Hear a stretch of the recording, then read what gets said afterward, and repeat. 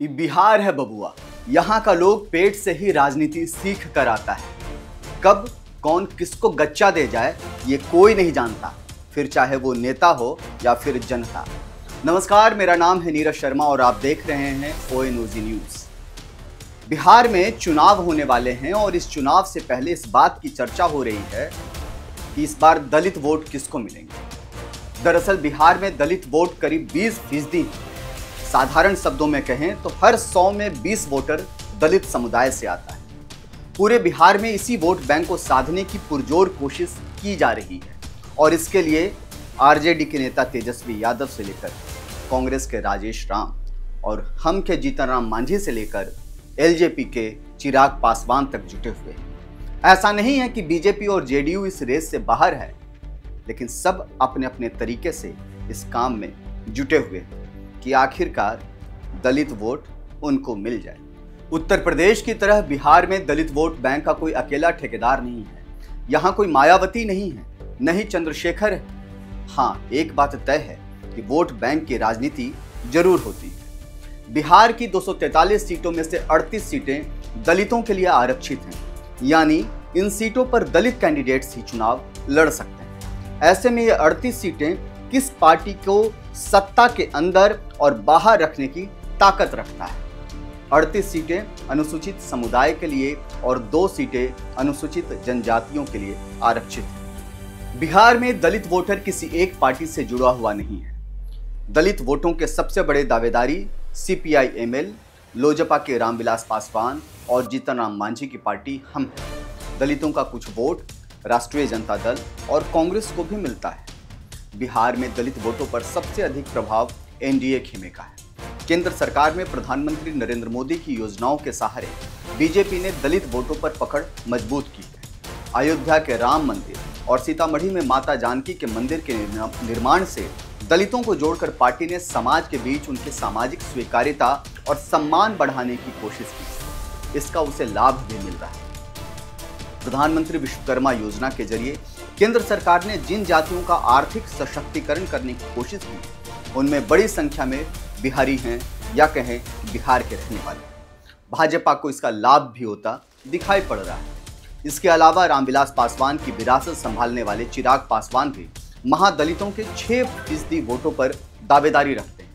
पिछले दिनों महादलितों के कई बड़े कार्यक्रम करवाकर जीतन राम मांझी ने बताया कि बिहार में दलित वोटों के बड़े दावेदार वे हैं।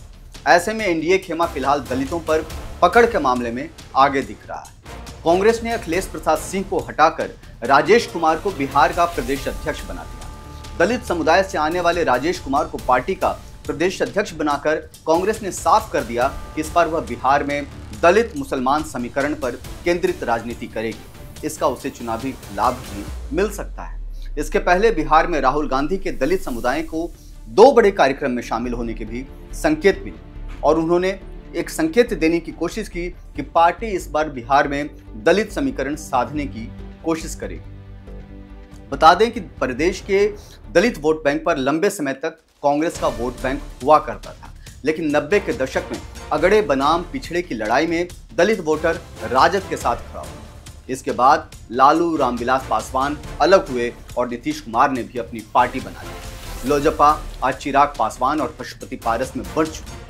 एनडीए में शामिल जीतन राम मांझी भी दलित वोटों के ठेकेदार हैं। बीजेपी और जेडीयू भी खुद को दलितों का हितैषी बताते हैं। पिछले चुनाव में चिराग पासवान के कारण नीतीश कुमार से दलित वोटर छिटक गया था, जिसके कारण उनकी सीटों की संख्या घटकर 43 हो गई थी। वहीं लोकसभा चुनाव में दलितों ने बीजेपी का बायकॉट कर दिया था। दलित वोटर से कनेक्ट करने के प्रयास में जेडीयू ने पिछले साल नवंबर-दिसंबर में भीम संसद की शुरुआत की थी। मुख्यमंत्री नीतीश कुमार ने 13 अप्रैल को पटना में भीम संवाद को संबोधित करते हुए पार्टी नेताओं से अनुसूचित जातियों के बीच सरकारी योजनाओं के बारे में जागरूकता फैलाने का आग्रह किया। इसके एक दिन बाद अंबेडकर जयंती पर नीतीश कुमार ने अंबेडकर समग्र योजना का ऐलान किया। इस योजना के जरिए सरकार अगले 100 दिनों में 40 लाख दलित परिवारों तक पहुंचने का प्रयास कर रही है। बिहार सरकार का प्रयास है कि बिहार में दलितों के लिए कुछ प्रमुख सरकारी योजनाओं लागू की जा सके। इन योजनाओं में बीपीएससी प्रारंभिक परीक्षा और यूपीएससी प्रारंभिक परीक्षा पास करने वाले उम्मीदवारों के लिए क्रमशः 50,000 रुपए और 1 लाख रुपए की वित्तीय सहायता भी शामिल है। एक बड़ा चुनावी दांव है जेडीयू के नीतीश कुमार के द्वारा। इसके अलावा बिहार सरकार और अनुसूचित जाति समुदायों के बीच संपर्क स्थापित करने के लिए 9,000 विकास मित्रों की नियुक्ति करने की बात कही जा रही है।